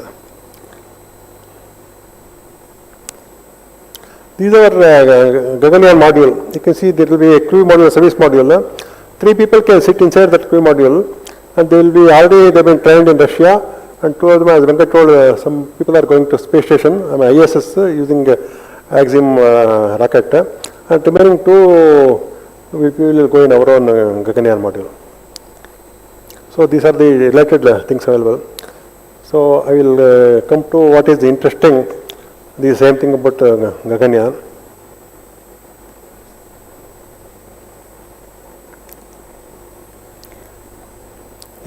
just two more slides. I'll just, due to lack of time, I'm not having. So now I come to this. So all of you have heard of STEM, no? Now it's STEAM. It is science, technology, engineering, arts, mathematics. So whichever you are good at, you pursue that. Your teachers will support you. If you excel in that, if you want to get into ISRO, you should be good in science and maths. You can get into ISRO. So this is our own IST, the Institute of Space Technology in Trivandrum. If you do well in JEE, that is at the end of second PVC joint entrance exam, if you pass out well, you will get admission there. It is totally admission free, your boarding lodging free, and if you get a CGP of 8.9, you automatically will get a job in ISRO. That's all happening, IITs and the job out is in ISRO. And the second thing is, there is a ISRO space agent, there is a chat box that this is this madam is going to put this QR code in your, you can copy it. If you scan it, you can ask any question, it will answer about ISRO. You can ask anything about ISRO, it will give the details. So that's the website, https://chat.isrospaceagent.com. If you click on that, any browser, you will get this, you can look into that. And this is the Bharatiya Antariksh Hackathon is the competition. So even this link, if you go to National Space Day ISRO website, all these links are just given here. So different brochures are available. Chandrayaan landing brochure, whatever I showed, all this data is available on the website. Yeah, that's it.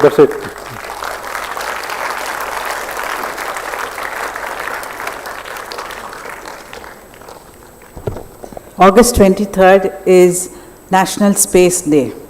The theme is touching lives by touching the moon. But today, even before that day, Mr. Dr. Srinivasan has touched our lives and told us how ISRO is touching lives.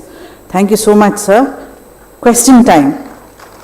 Ask and it shall be given unto you. Seek and you shall find. So ask away. Ask questions to both the scientists, both the experienced scientist and the little one. You can ask questions to anybody. Audience?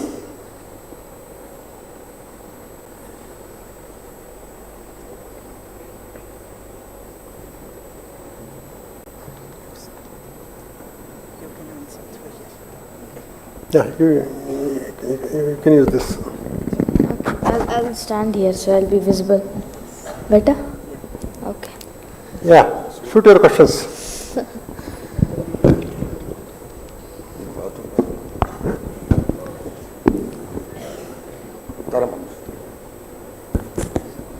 Good evening, sir.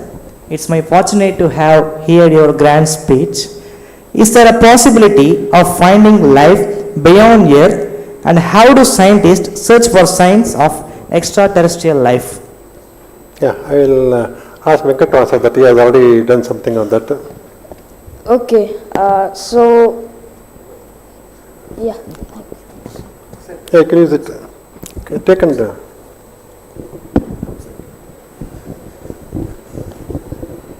In a nutshell, you asked what is our likeliness to find extraterrestrial life, right? So, our likeliness is basically, you can say, I won't give any numbers because I really don't have accurate ones, but I'll just say a lot because by now, there wasn't in this topic, but the Perseverance rover, that is a rover that has been sent by NASA to Mars, that is currently found about within the last 1 month, 3 incidents within the timeline of 1 month, 3 incidents that can send likeliness of human life.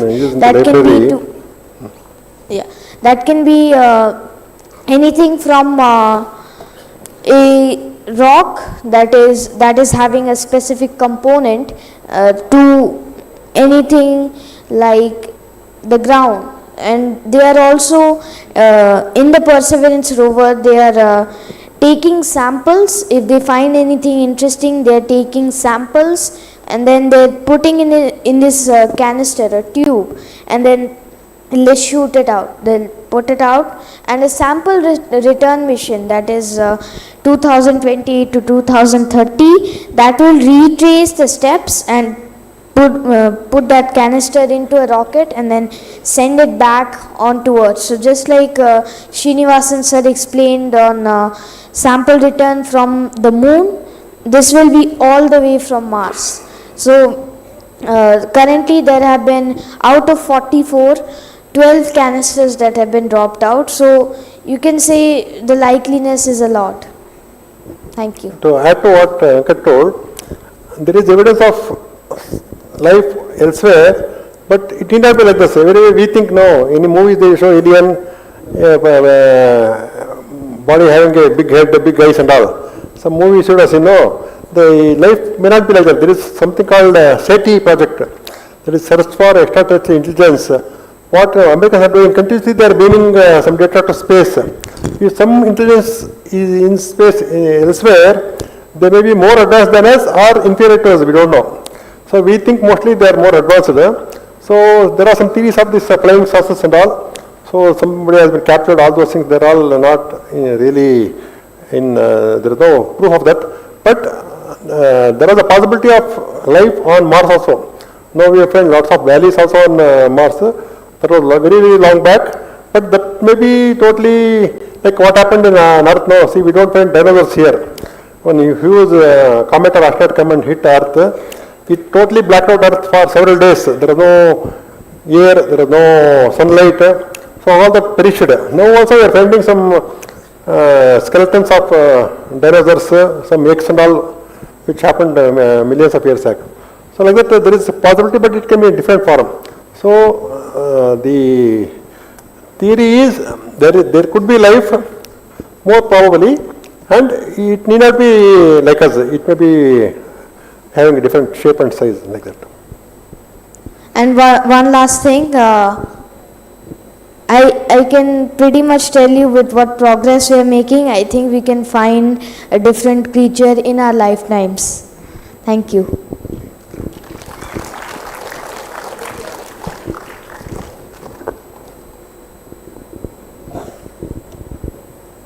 Hello sir, good evening. Is space colonization a realistic goal for the future, and what are the challenges that need to be overcome for humans to live in other planets?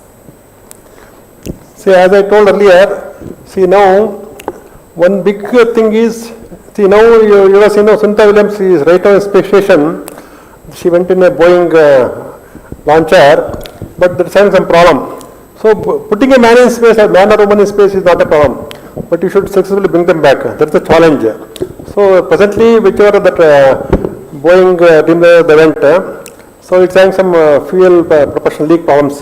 So in case if there is more problems, they will not be able to maneuver and come back to Earth. So now they are having alternate plans.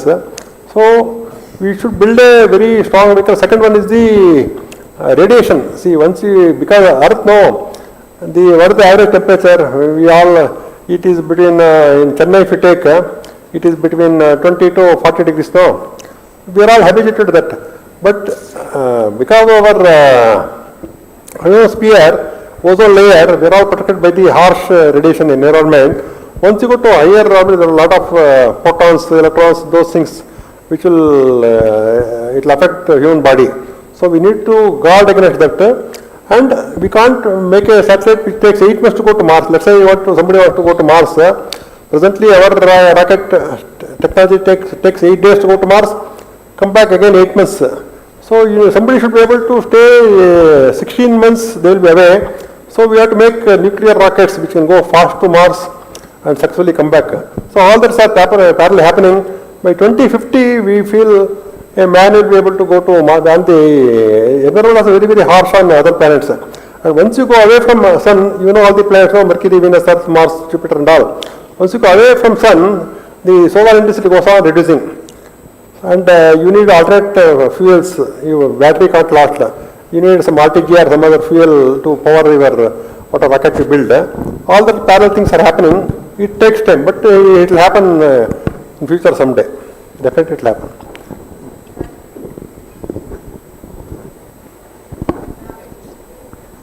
Okay, we will have one more question. Good evening, Please- sir. Please mention your name and from which school you are from. My name is Vijay Shankar. I am from COE. My question is, why is it important to explore space and invest money in space exploration? See, earlier, no, main thing was roti, kapda, makan. First you bother about what to eat, kapda, what to wear, makan, how to build. After that, and what ISRO is spending is much less. I told no, what our Mars orbit mission cost, that was much less than a movie made by Hollywood.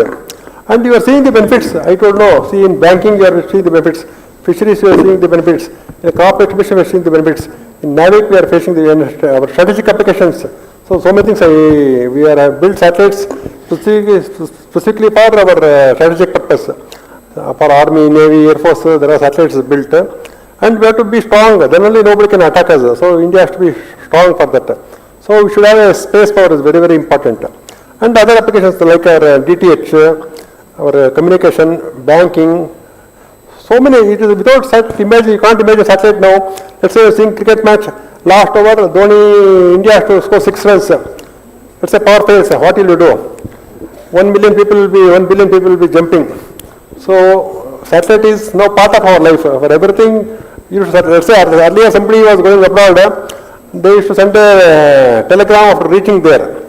Now you are using WhatsApp. You go to from house, you go to airport, a station, you say, "Hi da, how are you? I am already in the airport. What are having?" You send a WhatsApp message or you do a video call. How that is all happening due to technology? And there are a lot of side effects. What you see is what is usable. All of you seen Velcro tape? No. See, let's say astronaut goes to space, he cannot put a button and put his shirt. He will simply put a Velcro and simply press over. And the Jaipur foot, see, actually when our column was in ISRO, we developed a composite material which is very light in weight. So earlier if you have seen, say somebody had lost a leg, one boy in accident or a soldier in some mine. So they were wearing a wooden leg, it was very heavy, they could not carry it. Then he gave the idea, why don't we develop that for now anybody, it is custom made to the person's weight, you can't even make out the person wearing a artificial leg, using composite material. Like that there are several applications which are offshoots of space science. And we have developed another one tile, we saw no, see space when the satellite is coming back re-entering Earth, the temperature will be 5000 degrees. But inside the astronauts cannot withstand that. So there we maintain 25 degrees. So we have developed some thermal tiles. This side of the tile, let's say 1000 degrees.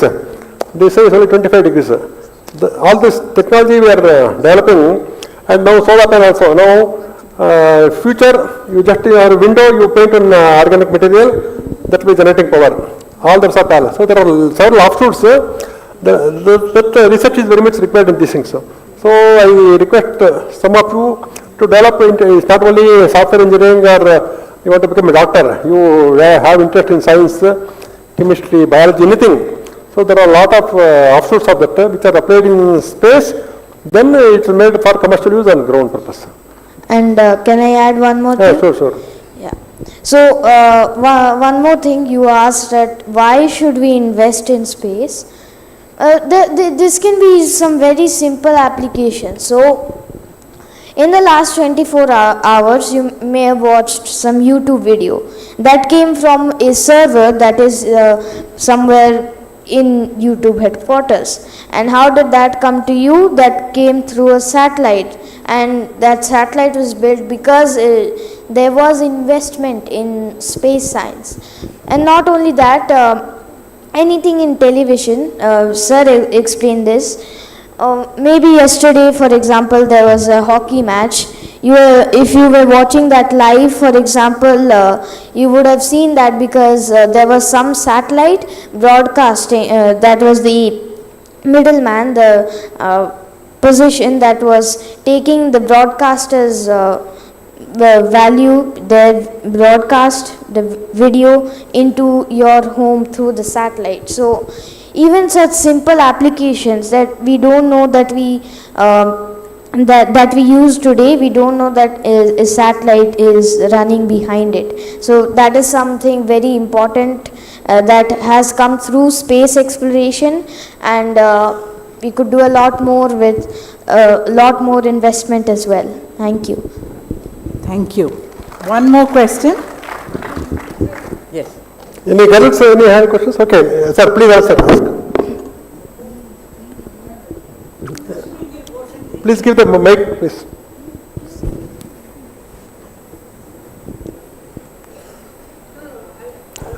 You can take this. So please hand over the mic.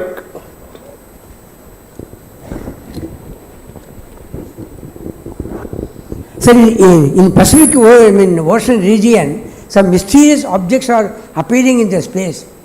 Any effort by the servo to find out, but in NASA has also appointed a committee to find out what exactly is coming. Can you tell me something about this, sir? No, there is some are illusions, and there is one space near America. See, there suddenly the ships disappear. So I am trying to remember that place. Pardon? Yeah, I wanted to check you people. So you read it. So Bermuda Triangle, suddenly due to the location and the things happening, suddenly they disappear. So that they are trying to investigate, and some things are really hyperbole. They magnify things and tell. So they are losing track and getting lost. It's not everything. Whatever comes in thing, WhatsApp, everything is not true. Some things are only some theories and somebody's imagination. But there some fault is there. It's happening. They are not able to track properly and getting lost.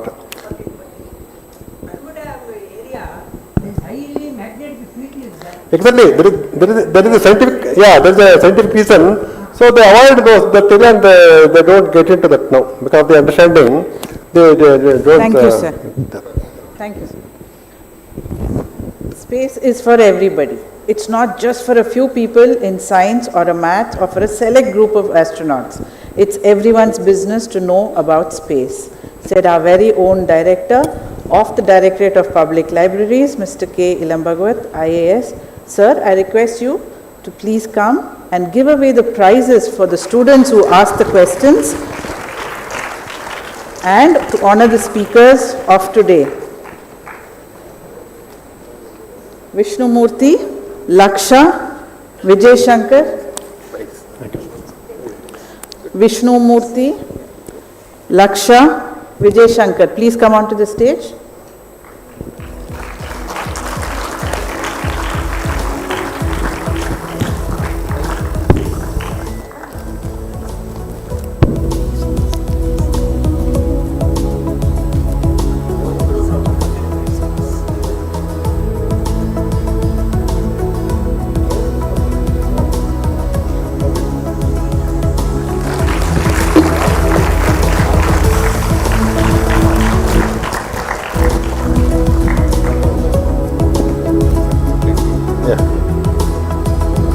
In the school?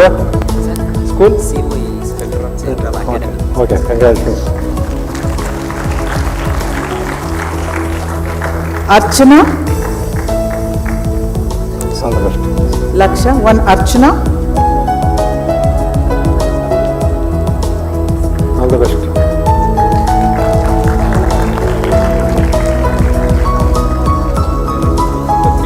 Oh, that was the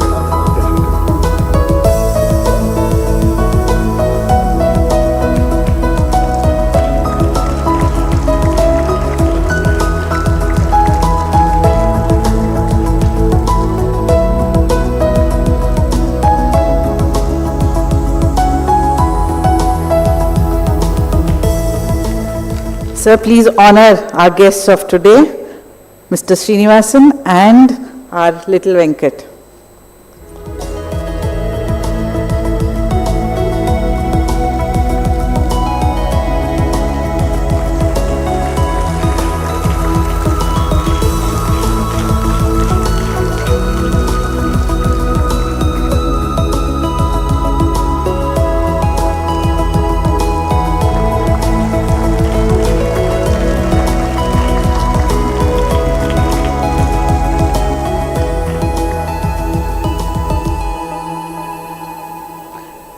Our director will now propose the vote of thanks.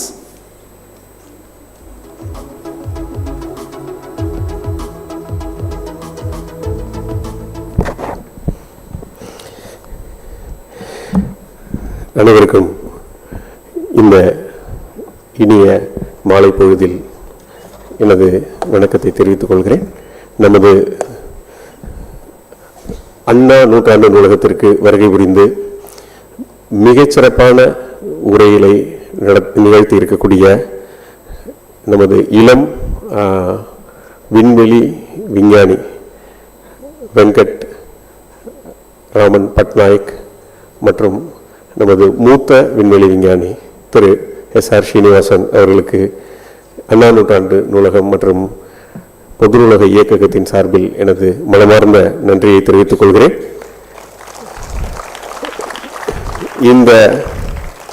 இந்த இணை ஒரு மிக மிக இளம் விஞ்ஞானி, மிக மிக மூத்த விஞ்ஞானி, ரெண்டு பேரும் சேர்த்து இந்த மேடையை உங்களுக்கெல்லாம் இந்த மாலை நேரத்தில் விண்வெளி பற்றியும் விண்வெளி ஆராய்ச்சி பற்றியும் இஸ்ரோ பற்றியும் நமது சாதனைகளை பற்றியும் கூறியிருக்கிறார்கள். நமது இந்த நிகழ்வில் பங்கேற்கக்கூடிய மாணவர்களில்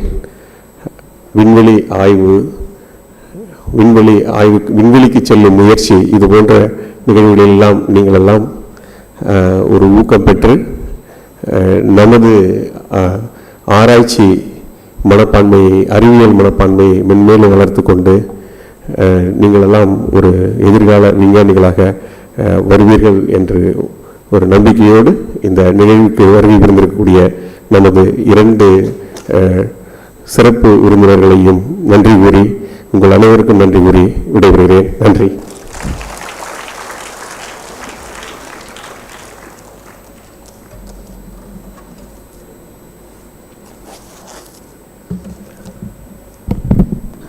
Exploration is wired into our brain. If we can see the horizon, we want to know what is beyond. Today we got a glimpse of the beyond and what a beyond it has been. The next session of the TN Talk will be on the 26th of August 2024 at 5 p.m. Mr. Dr. Ajay Chowdhury, the founder of HCL company, will be here to give us his story. Let us rise for the national anthem.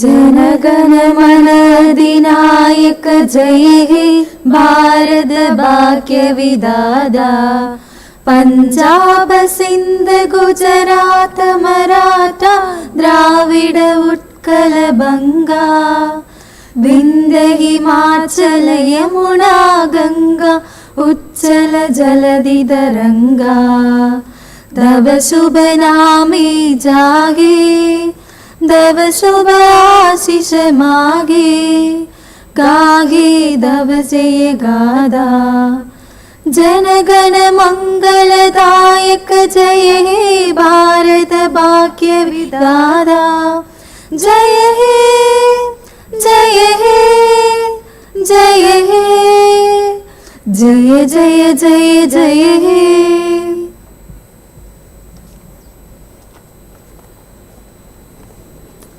Thank you.